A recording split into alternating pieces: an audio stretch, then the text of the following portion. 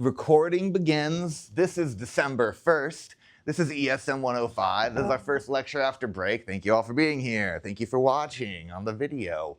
We're getting back into our presentation about pesticides, poisons, and pollution, and we've gotten into the section on bioremediation, which I expect to be pretty interesting. Then we'll get into Superfunds and the case study of Love Canal, just some standard things that you have to know about as a conservation student, I guess. Okay, so if you remember, let's just flashback, right, to our bioaccumulation, our biomagnification talk. Remember how some persistent organic pollutants are hydrophobic, so they accrue in fatty tissues and they're not easily flushed from organisms. This type of poison accumulates in an organism over the course of its life, meaning that this fish right here has an internal concentration of the poison higher than the concentration in its environment. So that's bioaccumulation. So that's bioaccumulation right there.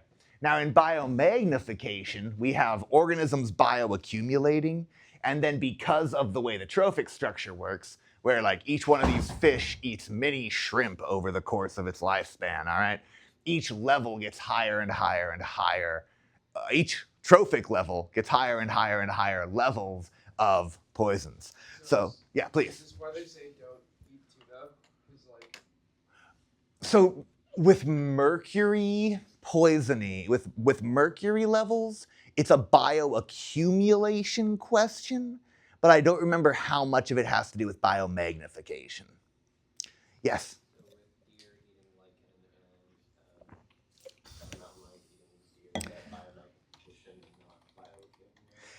Here we go, we've got it right here. So the organisms bioaccumulate, right, at each level, but they don't bioaccumulate to the level where it's like significant. Yeah, awesome. The point is that like the lichen isn't negatively harmed by this, the deer isn't negatively harmed by this. The puma, however, is negatively harmed because things have biomagnified. Yeah. They are taught and discussed as separate, but they're also linked together. And yeah, great. And then we talked about hyperaccumulators and phytoremediation. I talked to you about phytomining with plants that extract like gold out of soils, which is really wild and is real, but isn't commercially really viable. Bioremediation. This is where we talked about mycoremediation a little bit, and I believe we ended right here on microbial remediation. Because microbial remediation is microbes reproduce rapidly, right? Their populations can explode. And if they're doing something really beneficial, then these seem like great organisms for bioremediation. So microbial bioremediation is just standard practice. It's happening all the time, whether or not we're really calling it that. A leach field. You know a leach field? It's there. Basically, if you go to Big Lagoon and the bathrooms that they've got there, on a busy day, if you go out there, it smells like feces, like pretty bad, and it smells like piss. It's not so good, but it's because they use a leach field system for getting rid of their waste, where everything goes into a tank where the solids settle out, and those will get sucked out later, and the liquid sort of just leaches out into all of these pipes that spread out in the soil. So what are you doing there? You're like, well, the soil's gonna deal with it, you know? But really what you're counting on is microbial bioremediation. You're encouraging the growth of organisms in the soil that can consume those waste compounds, okay? So microbial bioremediation's all around us. It's used all the time. Then there's some major problems where, like, I used to work for the Humboldt County Parks, okay? I didn't learn about how those leach fields actually operated until much later, but we would sanitize those bathrooms, and all the drains go to the same location, and we'd be using very toxic compounds that were antimicrobial. So we're reducing the efficiency of that microbial bioremediation. So there's lots of lessons. When you see how this is around you all the time, you start to think about maybe not using an antimicrobial hand soap if you rely on a septic tank, for example. But I'm getting off topic. Microbial bioremediation. Okay, let's talk about some types of bioremediation here. Using indigenous microorganisms, biostimulation, bioaugmentation, and using genetically engineered microorganisms. So I've got, good. I also talked to you about bioremediator identification and how you do studies to see if these organisms are actually reducing levels of contaminants in the environment. And then I sort of went on a little bit of, I think I ended with this, talking about you need to know the actual mechanism for how they're taking care of the poison, how they're tolerating the poison. Because if all they're doing is accumulating it, if they're doing bioaccumulation, well then when they die, they're just gonna release the toxic thing back into the environment. Of course, this depends on its half-life and other questions, so it's a complicated topic, and you need to, it's good to recognize the nuance to it. But let's get into the broad strokes for now. This is a genetic thing that we're not gonna worry about for right now. Okay, this is an example with creosote contamination, okay? Creosote's really common even in this area. It's like a wood treating compound. It's really good at preventing mold in wood, all right? So you soak wood, you coat it, you paint it, you inundate it with this creosote, and it's pretty rough, all right? So in this online case study, all right, there was a bunch of creosote contamination in the soil, so they did in situ bioremediation with indigenous microbes. So that means that they did it at the site, right? Just like in situ conservation. They did it where the contaminated soil was, okay? They dug up all the soil, they put down an impermeable layer of clay, and you'll see that again and again, these impermeable layers of clay, and how impermeable they really are depends, but we'll get to that later. So they dig up all the contaminated soil, they put down a barrier of clay, they put the soil back in there, they aerate it. They have like little air pumps that pump air into it. They add some lime to adjust the pH. They add moisture, and they fertilize the soil, all right? The contaminated soil. So this got the native microbes to get going and get moving. Now this is going to select naturally for organisms that can both tolerate the high creosote concentrations and possibly organisms that can break down the creosote. Okay, so hey, this project worked pretty well. It's pretty standard. They also call this sometimes land farming, where you're taking a contaminated soil and you're doing agricultural practices to it, like increasing aeration, applying irrigation, applying fertilizer. But you're not growing a crop. What you're doing is decontaminating the soil. It's kind of cool stuff. So this didn't require any new species it didn't require the introduction of any new species, which becomes important when you start to think about how these things are regulated and what people are going to be comfortable with. Also, oil spills, okay? Fertilizing oil spills is another practice that's done in a pretty standard way. We talked a little bit about hydrophobic, hydrophilic interactions. So I put this here because I love talking about surface area to volume ratios. I've talked about them with edge effects. I've talked about them before, I know.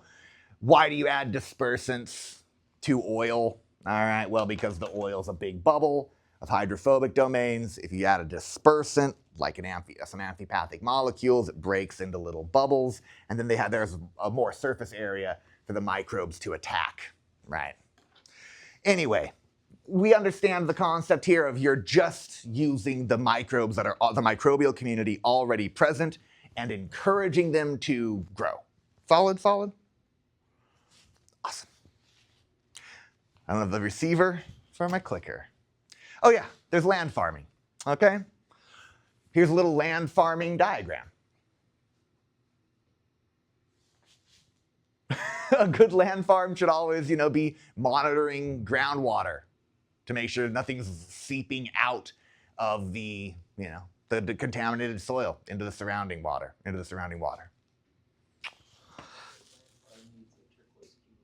Yeah, you gotta have a turquoise cube. This is the whole thing that holds the whole thing together. Yeah. I have no idea what that's supposed to symbolize there. Yeah. It probably just looked weird. And this looks like a diving board.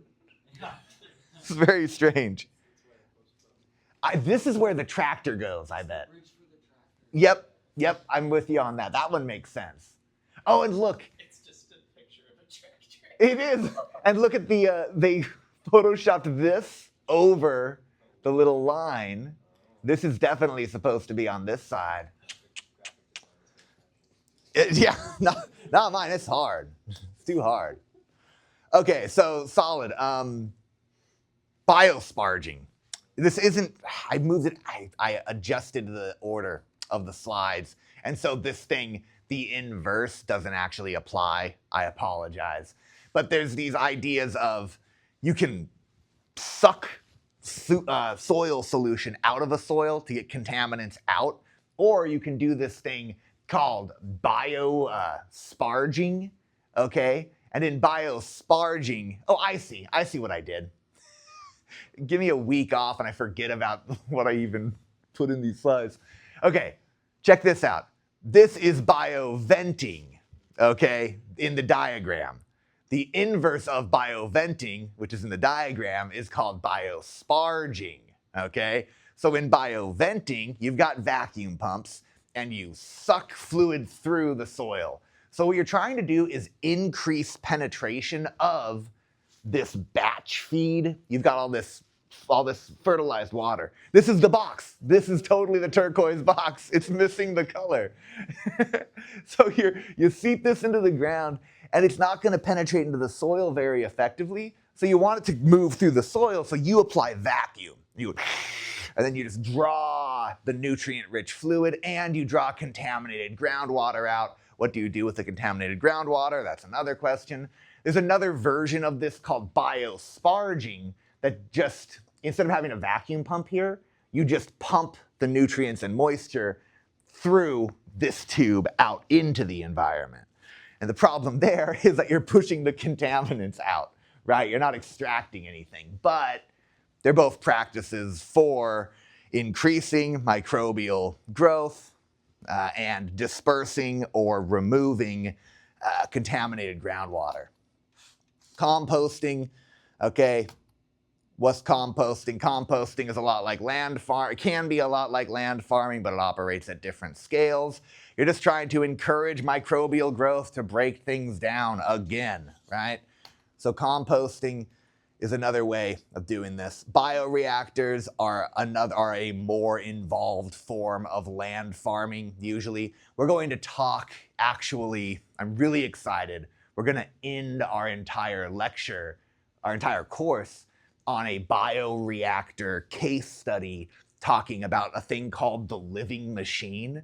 I spent like 3 days during break going down this rabbit hole about this company and what happened. It's nuts. I hope you're excited for the story. It's going to be great. I think his name is Dr. Todd John. And he's like, yeah, or John Todd, probably. Okay, it's going to be great. But bioremediation, let's stick with this. It's fun. This is good. We're laying the groundwork. How do we enhance bioremediation? You aerate, all right? You make it warm because increasing the temperature of anything increases all the chemical reactions there, right? Because of all these metabolic reactions rely on molecules slamming into each other and molecules being destabilized. So if you add more energy to the system, things hit each other more, enzymes hit their substrates more, and molecules break down more readily. So you're encouraging metabolic reactions until, of course, you get it too hot. The cells burst, the enzymes denature, etc. Okay? You want an optimal pH. Oftentimes this is tied to growing the microbial community. Okay? Increasing availability of the pollutants, what that means is the pollutant can be present, but it can be difficult to access, like adding dispersants to a big bubble of oil. Yeah? When you say optimal pH, would that be around 7 or? It depends. It does depend on what community you're trying to encourage. Yeah. Because another thing to consider, which is really weak, it's not weird. It makes sense, but it's not the most intuitive thing. If you're encouraging the growth of all of the microbes in a community, you're not necessarily encouraging the growth of the microbes that break down the contaminant. And sometimes it's actually better to deprive the community of nutrients so that only the organisms that can break down the contaminant for energy can actually survive. Right? So, pH could be part of that if you're trying to, it depends on how the microbes are operating. So you identify all the bioremediators in the area and then how they're operating, and then you can select which bioremediators from that group are working in the way that you actually like. That sounds like a very tedious task to try to identify, especially with like in situ, like native biota.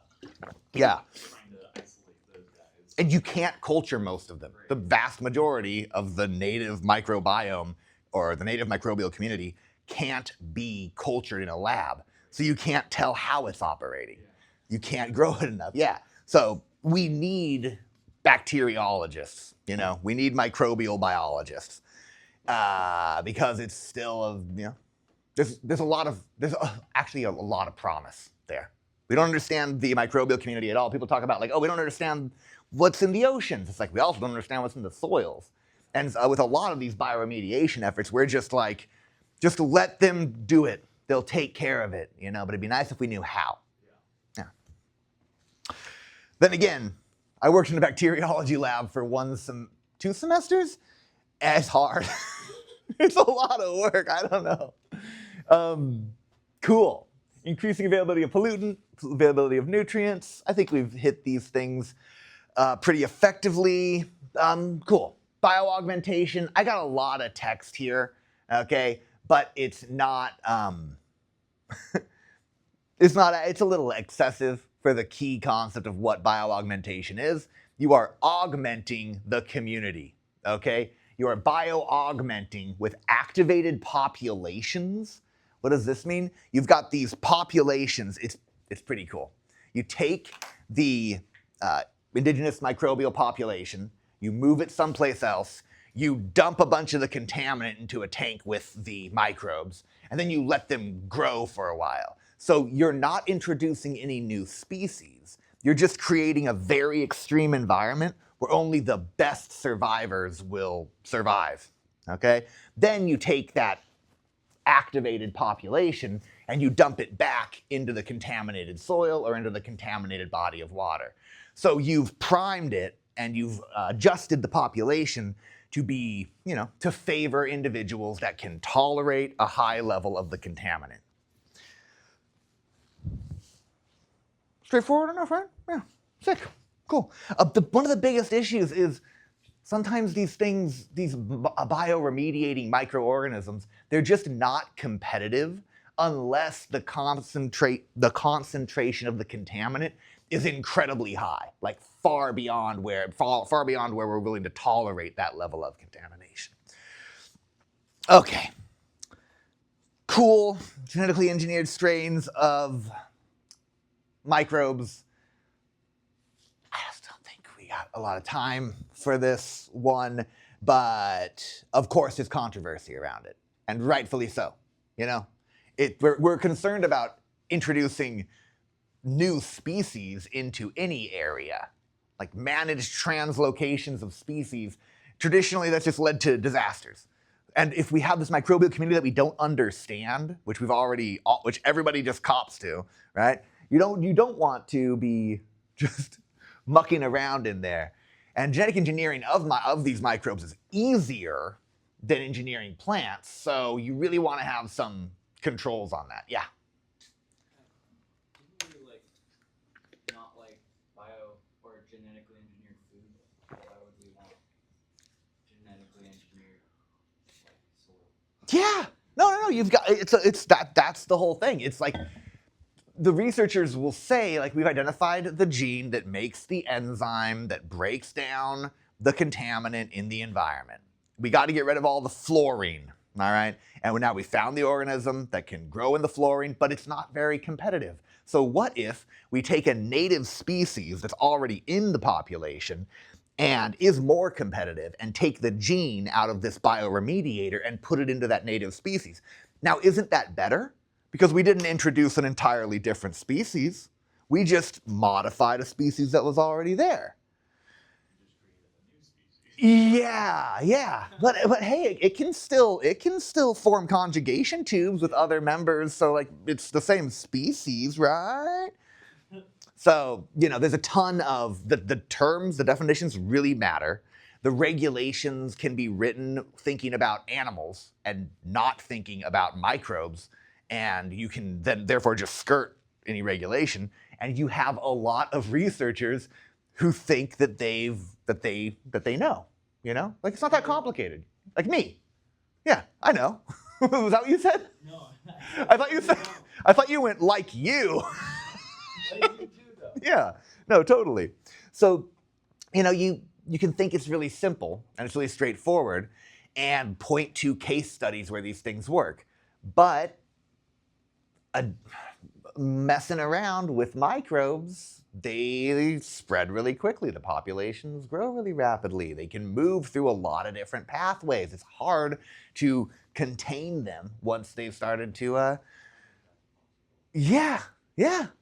Question. Just more of a comment. Comment. Historically, humans using biological tools to fix problems like this has gone very badly. Yeah, there's a reason that people are open to the idea of like phytoremediation. You plant the plant in the land farm and like it can only escape through so many ways, and it's only going to spread so rapidly, and we can understand its life cycle pretty effectively. That's what ecologists do. But when you're dealing with these microbes, it's like, okay, you put them in the giant swimming pool with a turquoise box, but how are you going to prevent them from getting out? And then with our understanding of how, say, antibiotic resistance spreads, what if it's an enzyme that breaks down a certain lipid that we actually need for stability of our cell membranes? And then that gets passed to something that lives in us, and now it becomes pathogenic.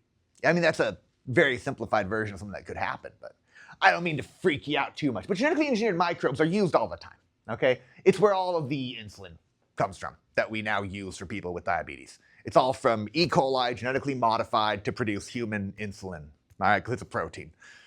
Awesome. We love it. It's great. It's really nice to not have to be sucking that out of cadavers and then sending that to people like they used to have to do. Okay, so yeah, we are already using them for certain things. So this is the argument people make. And I know I'm getting off on a tangent, but it's like you got to be prepared because people will get you in these, with these justifications of like, well, we already do it. So why do you just not care about the environment where you're not okay with using bioengineering for remediation? You're cool with it for people who have who have diabetes. Yeah.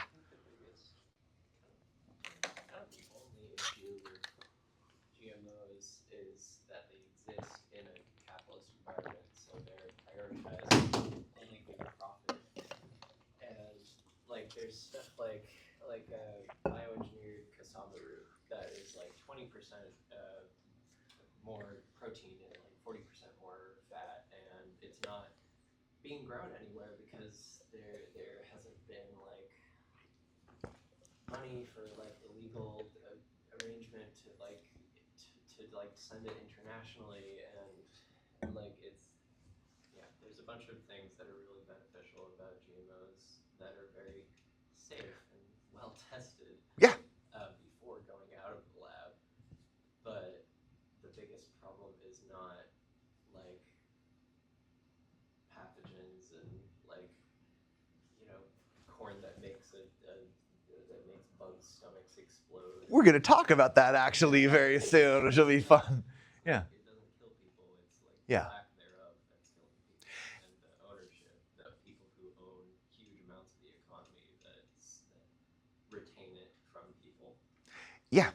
like with a lot of things, it's a sort of a distribution issue. And like you said, it's the fact that these things are the cassava root, right? Or golden rice or something like this. You sell things by the pound in this system. So I'm not going to start growing or shipping a product that I ship less of and I sell less of, even if it is better for people. You know what I mean? That's like a mercantilist motivation. But Yeah. under capitalism, like why would you allow the company you own to sell it if you make less money? Yeah. So it's like, why would you allow people to have a better life if you make less money? Because you own the economy. Kind of like using more recyclable materials. Right. Yeah, there's a lot of greenwashing that goes into it as well. Yeah, absolutely. No, it's a pretty messed up scene. The world. but no. But think about the microbes. Just think about microbial bioremediation. It's simpler. Simpler is it? Yeah. So easy. Yeah. In theory. Awesome.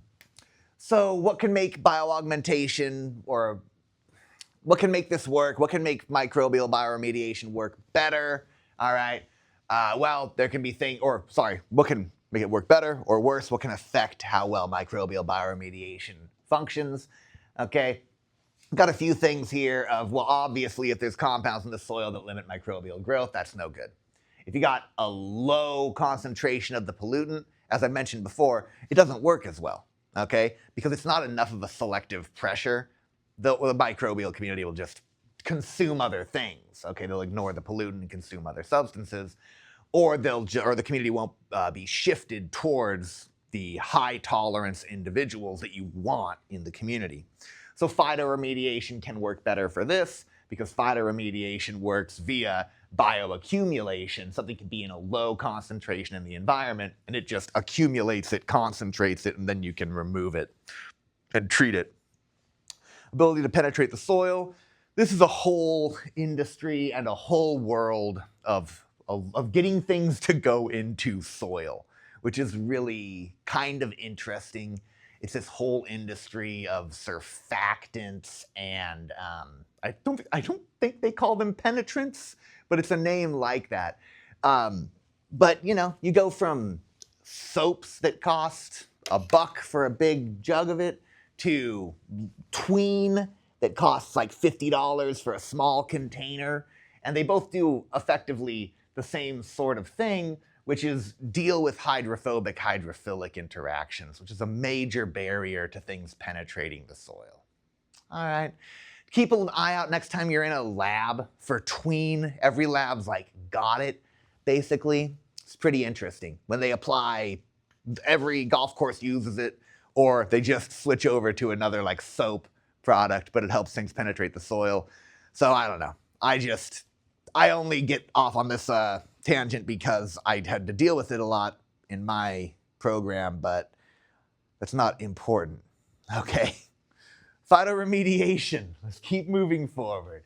Phytoremediation is plant bioremediation, right? So we talked about bioremediation, and then we got into the microbial bioremediation. Now we talk about phytoremediation. And phytoremediation, phyto means plant. Cool, we're good. I just did a big circle in my long sentence. I'm just so excited to be back. That's all I can say. Yeah, I'm happy you're excited too. Phytoremediation as an option. It's usually, they look nicer. All right, a land farm's ugly, okay? They have higher rates of public approval. You show the plants, you go like, look at what this is doing. This is actually fixing the soil right now, all those plants that you're looking at, you see? People go like, yes. I'm so excited to talk to you about the living machine, because that's how that got so much attention. The idea of using these bioreactors that are open with a bunch of plants growing in them. It looks way nicer than like a municipal water sewage treatment plant. Anyway, you don't disturb as much topsoil. They work at low concentrations. They're easier to monitor. The roots stabilize the soil, reducing spread of contaminated soil. There are a lot of benefits of phytoremediation. even though it's not usually as effective at breaking things down as microbial bioremediation. There are some pathways that plants can use for tolerating contaminants, just like with the microbes, right? If you remember what I was saying there, about how you need to know what the species is actually doing. Just because a plant species can survive in an environment with high contamination doesn't necessarily mean it's doing so in a way that makes it ideal for phytoremediation. So they can do things like phytovolatilization, where they take the pollutant in and then it's poisonous, so they exude it into the atmosphere. Okay, this usually requires some sort of transformation of the pollutant, but that might not be the best situation if the volatilized form that they generate is also poisonous, and then it's just going to precipitate someplace else. Okay, phytodegradation is golden, right? Because that's actually breaking this stuff down. Phytoextraction, they just accumulate it, and it doesn't, they accumulate it usually in old tissues, all right? Phytostabilization, they stabilize it to the root surfaces, or they just make it all coagulate, it's not the right word, chelate together, the contaminant all just chelates together. You can have phytodegradation that occurs outside of the roots, inside of the roots. Rhizofiltration, okay, is when the roots are drawing the pollutant directly out of the water. It doesn't seem to be very different from this diagram here, but rhizofiltration is a specific term in phytoremediation circles where you're talking about, say, you have a hydroponic system and you are growing some plants in contaminated water. And then you would call that rhizofiltration if they're pulling the contaminant out, because they're directly pulling it out of the groundwater. That sort of makes sense. It's a little bit different. Anyways, the point here is that you really want to know what the plant's actually doing with the contaminant. It's not enough that it can survive. Okay? Rhizofiltration, removal of pollutants from the flowing water. It's not entirely done by the plant. It also requires microbes that exist in the rhizosphere. Okay? So you've got the plant, you've got a bunch of microbes that live in proximity with the roots of the plant. If together they can pull the stuff out of the soil, it's great. Rhizofiltration, you're filtering with the roots.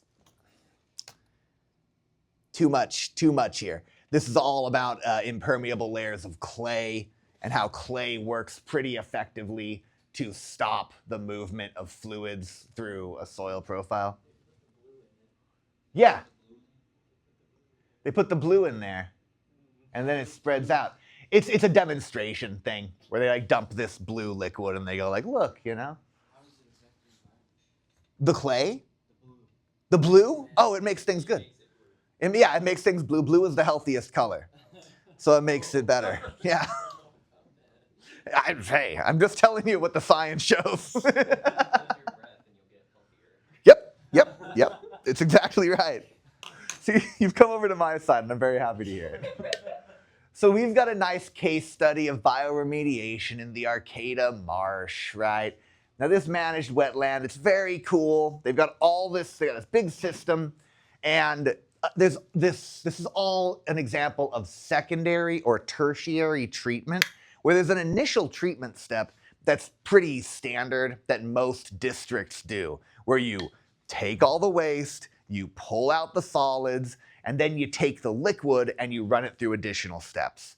Sometimes that additional step could be as simple as putting it into an aeration tank. That's what a lot of areas that don't have this cool phytoremediation, ecological remediation system do. They just put it in a big tank and they bubble air through it and open it up to the sun, and that just allows microbes to go crazy and break things down. All right. So here's sort of a diagram of the Arcata Marsh system. The headworks and clarifiers, this is the primary and maybe a little bit of secondary treatment step, which don't worry, we'll talk more about wastewater treatment in our next PowerPoint, which is all about agriculture and water security. Should be fun. All right, question. Like, how does marsh not eutrify? Oh, okay, yeah. How does not eutrify? Um, oh God. Okay, I've got it. I got it. I just gotta. Just because it's consistent? There's the flow and there's the monitoring of how much goes into it. Like, if it just stopped, it would, like, instantly eutrify. Okay, there are maintenance procedures done to combat the eutrophication process of like filling in with, because you would imagine, yeah, you got crazy rates of plant growth out here, right? Things are growing like nuts. So then they're dying and they sink to the bottom. So that would be standard issue. That's going to decay. That's going to remove all the oxygen. The system eutrophies and the level and the marshes just fill in. It flows through, exactly. It flows from area to area in a very managed way, and they do maintenance procedures of like, okay, we have to pull some silt out now, you know? So that's how you, with human activity, combats the natural process of eutrophication that you would have here. Yeah. Awesome. Great. So we've all been to the Arcata Marsh at some point? Yeah, a little bit. It's cool. It's nice out there. Yeah. And oh man, we just went on a field trip right before the break. We saw the otters in Clop Lake. It was really cute, you know? Yeah. But hey, there's no shit left because it's all been clarified out at the headworks. Don't worry. All right. Yeah, it's fine. So you've got, this is where the real nasty stuff's at, in the oxidation ponds, you know. So there's all the whole system. We're not going to, of course, run through every step of how the Arcata Marsh works to carry out its bioremediation because it's a little complicated. But I got it all up here for you if you're interested. And you know what? We got a second. Why don't we just talk about it a little bit? I've decided. I've changed my mind.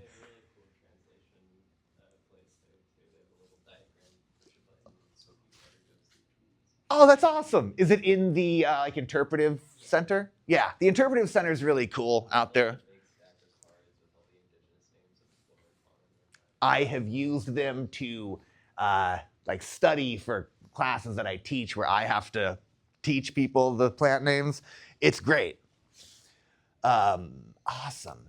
So yeah, there's a lot of steps to this. It's a complicated process, okay? And the water does need to be treated before it enters into this step, but the Arcata Marsh system is like a flagship success story of this sort of bioremediation. So real quick, check it out. You pull the solids out in the headworks. The clarifiers, you continue pulling the solids out. You take this sludge and you let it just sort of settle, okay? You skim off anything that's floating, and then you get just the beautiful liquid, the clarified water, which is still nasty, okay? It just doesn't have as much particulate matter in it, okay? The solids go to these digesters, where they encourage an anaerobic process to break down these solids. When you've got these anaerobic processes, you get a lot of methane usually from the organism, from the microbial community that you're allowing to persist here. And that methane, it should be harvested. That's like a biogas, you know. You can use it for heating. This is why actually I think you're gonna like when we talk about the world's largest, did we talk about the world's largest not bioincinerator, the world's largest trash incinerator, where they were burning the trash and then using it for water purification? It's the world's largest desalinization plant. You're gonna love it. It's all about, they burn the garbage and they use the heat for desalinating water. It's really cool. So you've got these digesters that break down the solids. You take that sludge, you dry it, you compost it, you've got all the solids out, okay? Then the liquid goes into an oxidation system, and in this oxidation pond, all right, you're pumping air in, just like what we've been talking about, right? You're encouraging the growth of microbial communities. Then you've got these treatment marshes, all right? More microbial activity. The plants should be shading out algae because you don't really want that rampant algal growth, which is one of the things that happens in cultural eutrophication or in unhealthy eutrophication, I guess. You know, you disinfect it, the water, before it leaves. You polish it up one last time, slow flow, okay? Do one more disinfection, and then you discharge it. So there's usually in all of these systems of like bioremediation, there's a step where you still use chlorine, at least one. You'll see it in a lot of examples.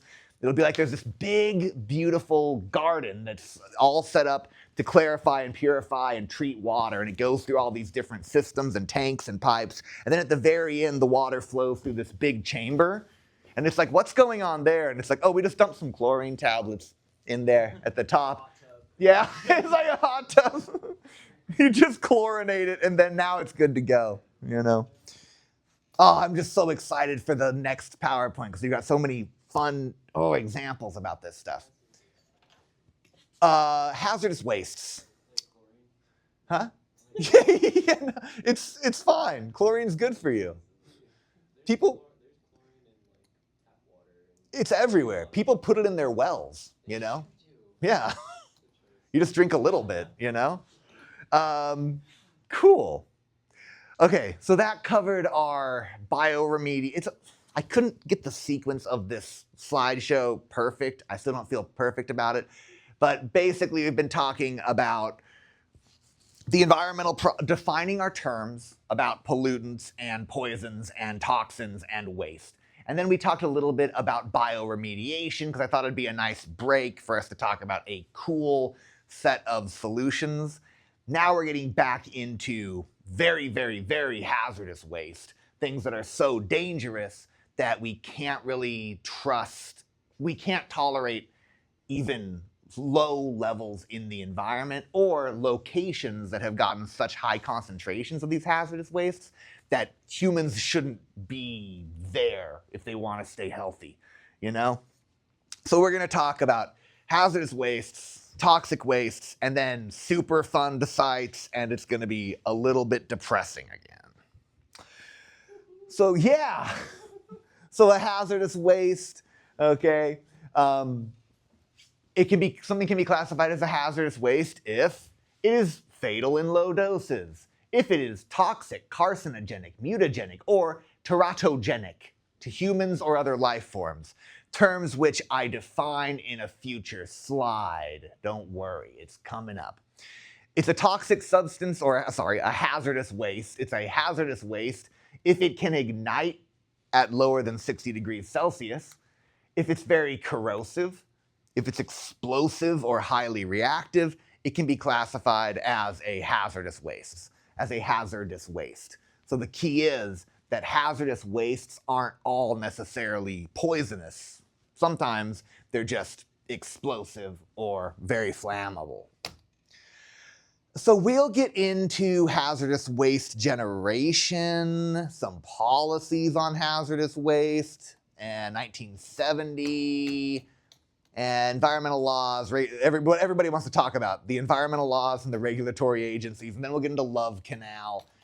Cool. We'll wrap this all up on Wednesday, I think.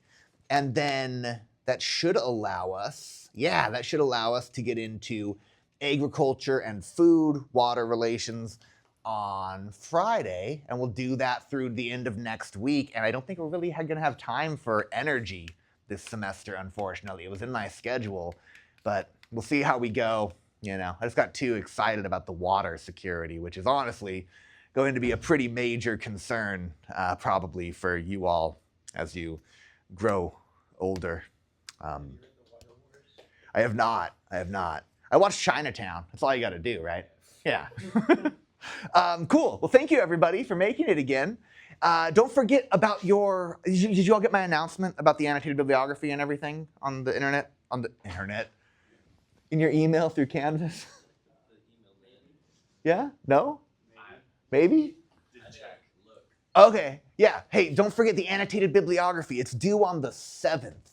So you have like 6 days. Sunday. Yeah. So make sure you get that uploaded. You can upload it as soon as it's done. Yeah, that's it. And then remember the finals online. There's details in the announcement. Just check it out. Thank you. Thank you.